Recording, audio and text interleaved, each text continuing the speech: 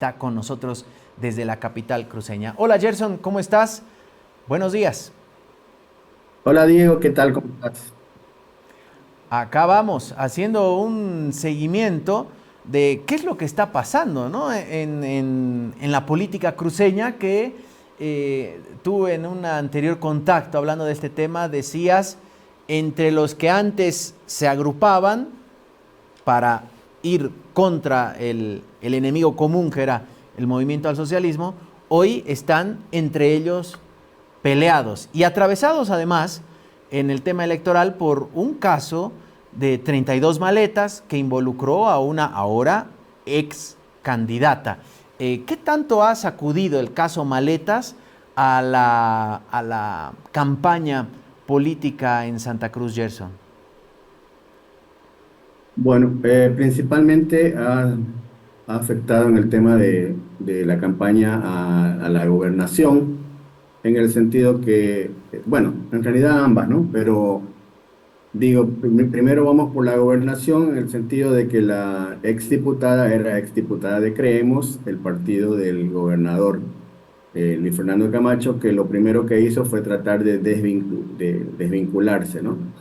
Acá yo veo particularmente una especie de pacto de silencio porque, como dijimos, antes eran uno y hoy se están dispersando y no sabemos el caso a quién afecta realmente, va o va a terminar afectando realmente, ¿no? Inicialmente, esa vinculación por ser de Creemos le salpica un poco al gobernador y directamente pues le afectó en lo municipal al candidato Gary Áñez, porque ella era la candidata a primera concejal. Sin embargo, curiosamente, digamos, bueno, no es curioso, en realidad hay como que cierto silencio por parte de la prensa tradicional, digamos, que no ahonda la prensa local, no ahonda en los vínculos políticos y se centra más en lo policial, en lo jurídico, en lo judicial. Pero evidentemente que hay nexos entre uno y otro, ¿no? Pero como que no se ha querido entorpecer todavía. Me imagino que se están guardando las fichas para cuando esté más fuerte la campaña, ¿no? Eh, Sobre todo, como digo, a nivel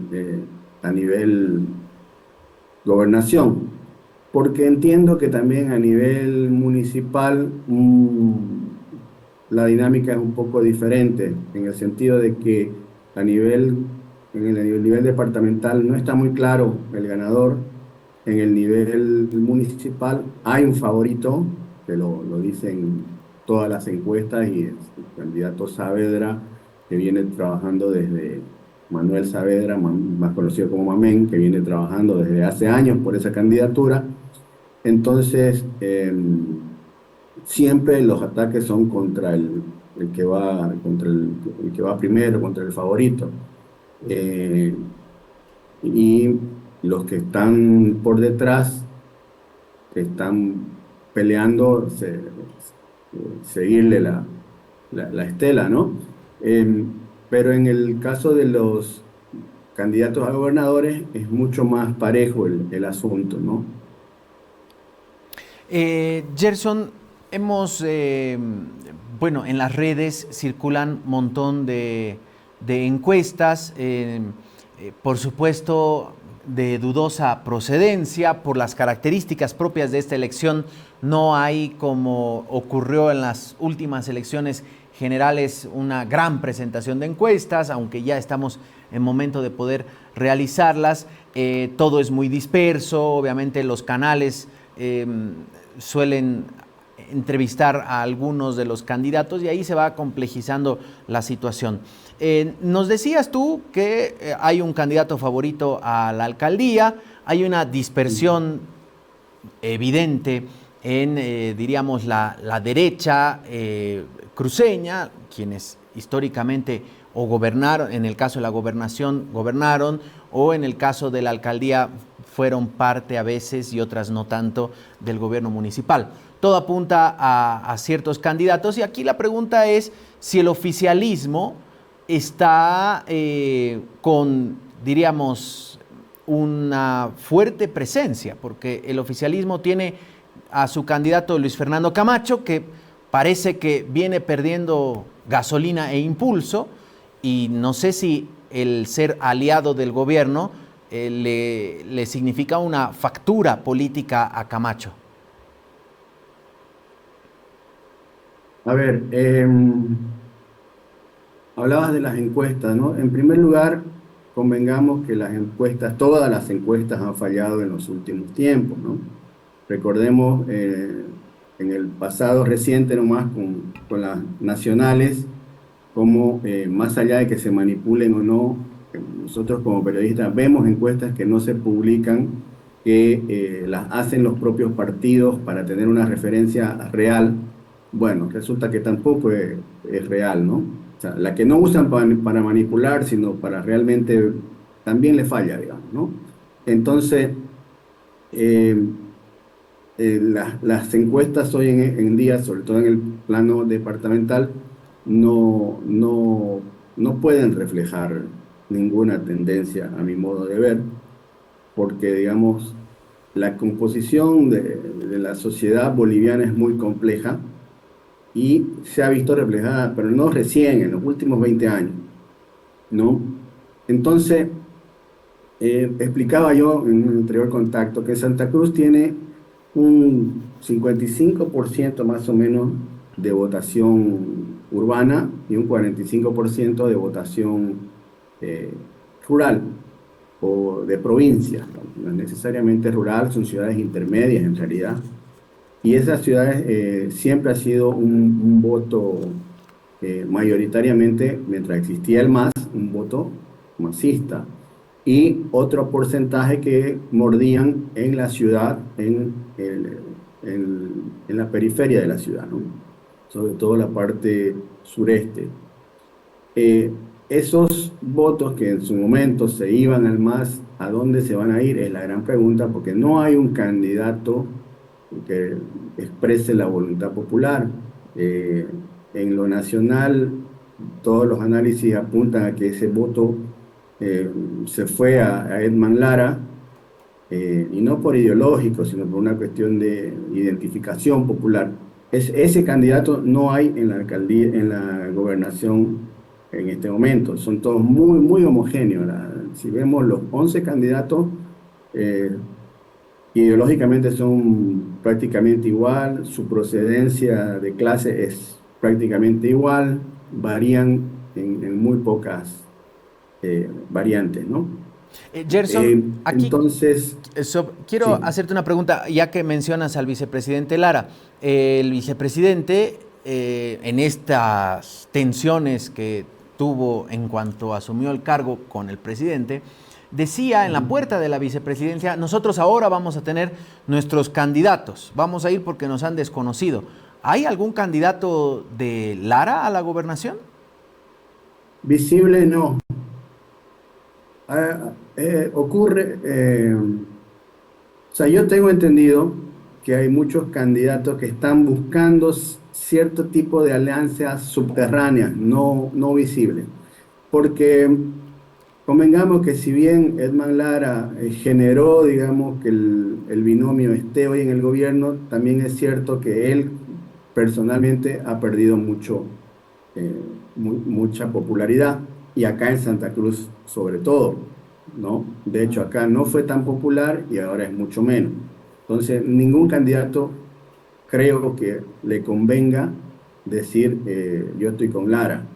Y tampoco muy evidente, fíjense, yo creo que existe una alianza entre Camacho y Rodrigo Paz, que no la oficializan de todas maneras, digamos, porque claro, todos cuidan sus intereses, ¿no? Hay muchos intereses en juego y entonces todo el mundo está como que pisando huevos y yendo con cautela para no jugársela del todo.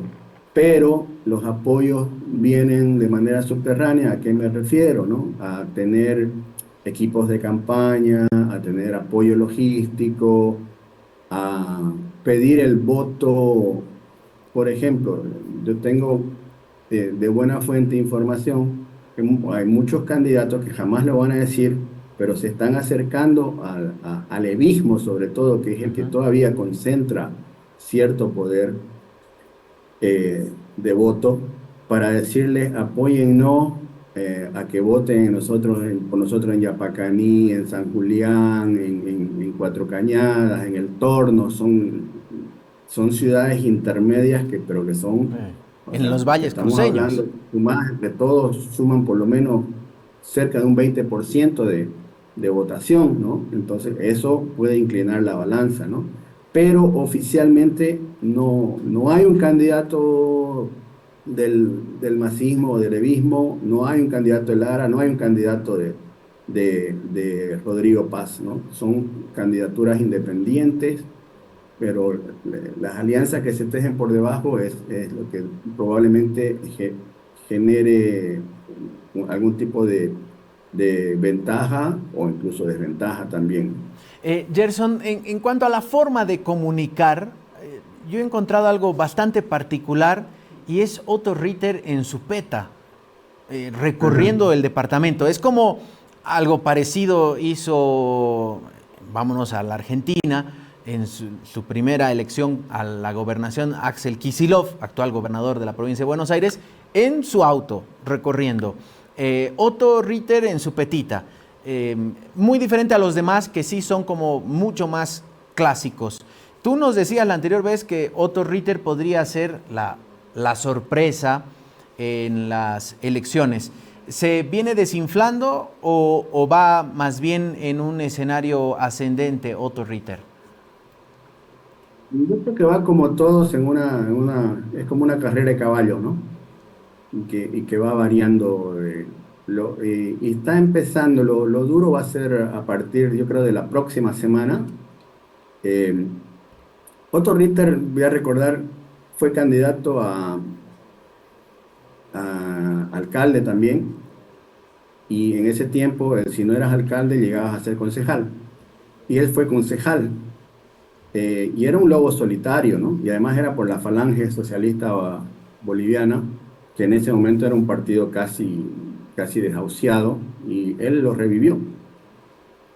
Y él en ese entonces salía vestido de Batman por las calles. Y de alguna manera eso, y bueno, y salía denunciando la corrupción del gobierno de Hugo Banzer, porque estaba Hugo Banzer presente. Y Banzer lo metió preso por calumnias en Corea, y eso le sirvió para obtener una votación que le permita ser concejal. Y fue la sorpresa de esas elecciones. Él entiendo que apuesta a algo similar, bueno, a provocar, a generar, a salirse un poco del molde. Sus propuestas de gobierno em, s- son, están en una línea un poco diferente de las del resto o sea, se salen de la obviedad del resto de los candidatos, ¿no? Él es abogado del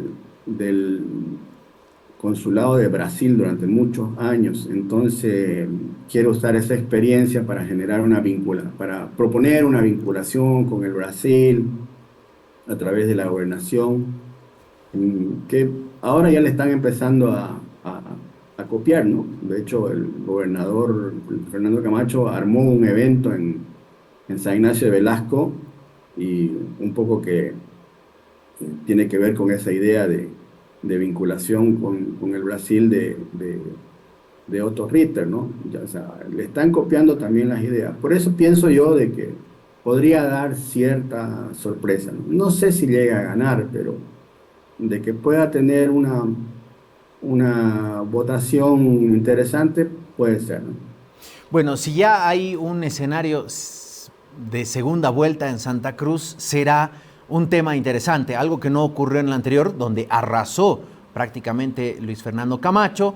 Hoy los expertos, los analistas, aunque sabemos que hay intereses de por medio y en algunos casos mala lectura, vaticinan que no va a repetir aquel porcentaje Luis Fernando Camacho, por lo que fue ocurriendo, de repente por su cercanía con el actual gobierno. Ahí habrá que ver cómo se van tejiendo. El levismo no tiene un candidato visible. No sé si en esta jornada en la que se cierran la reposición de candidatos inhabilitados puede existir alguna sorpresa.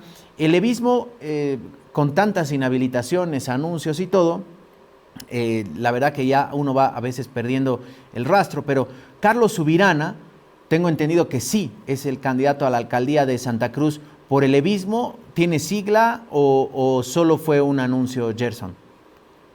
Hoy día lo vamos a saber, ¿no? Mm. Porque faltaban muchos requisitos y trámites para consolidar, ¿no? Si es así,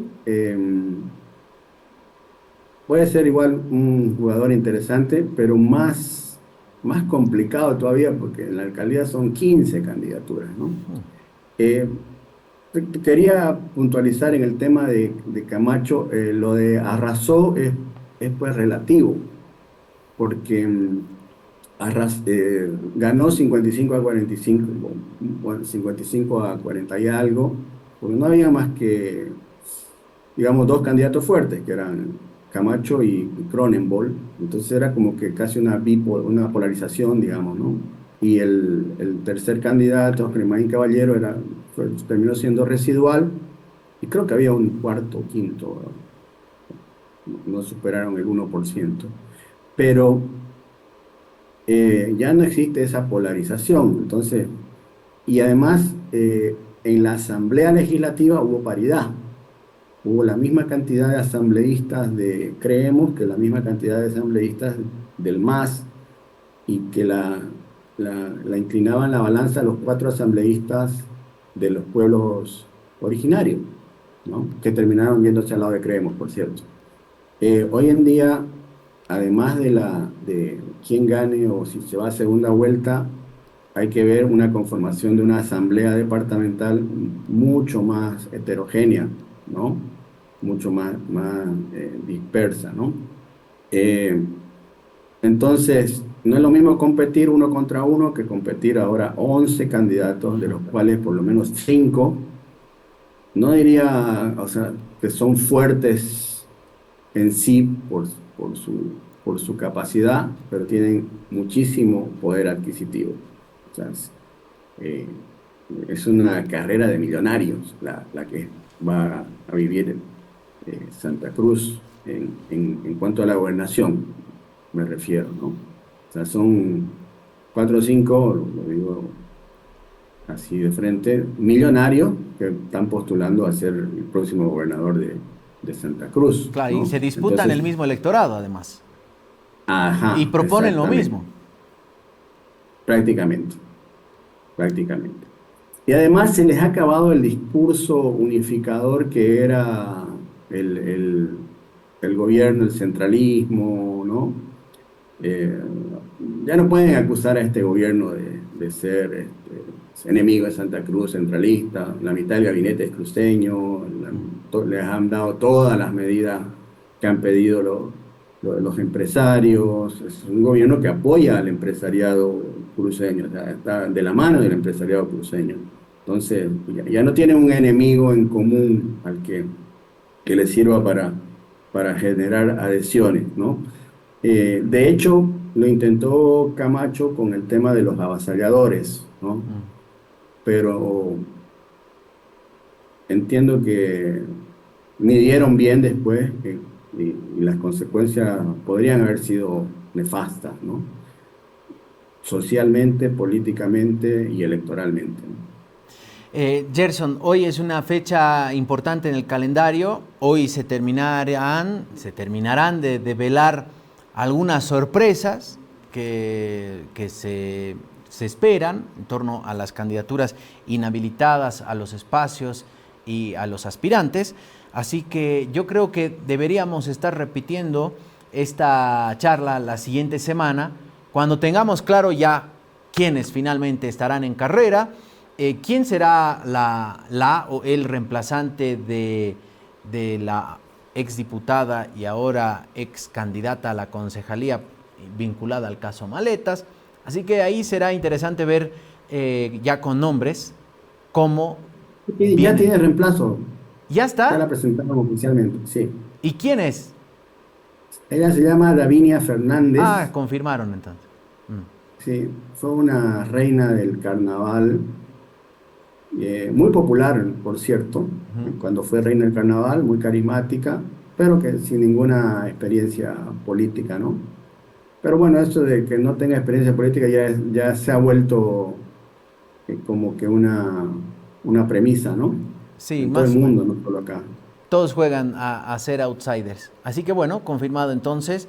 Será interesante también ver cuántos vienen del ecosistema digital, ¿no? Cuántos TikTokers, cuántos YouTubers, cuántos periodistas o presentadores finalmente acaban en las filas de candidatos. No solo en Santa Cruz, acá también tenemos algunos ejemplos de los que estaremos hablando. Gracias, Gerson, por esta charla y bueno, la continuamos la siguiente semana, ¿te parece? Listo, gracias, que tengan buen día todos. Gracias igualmente, Gerson Rivero, periodista de La Razón desde Santa Cruz.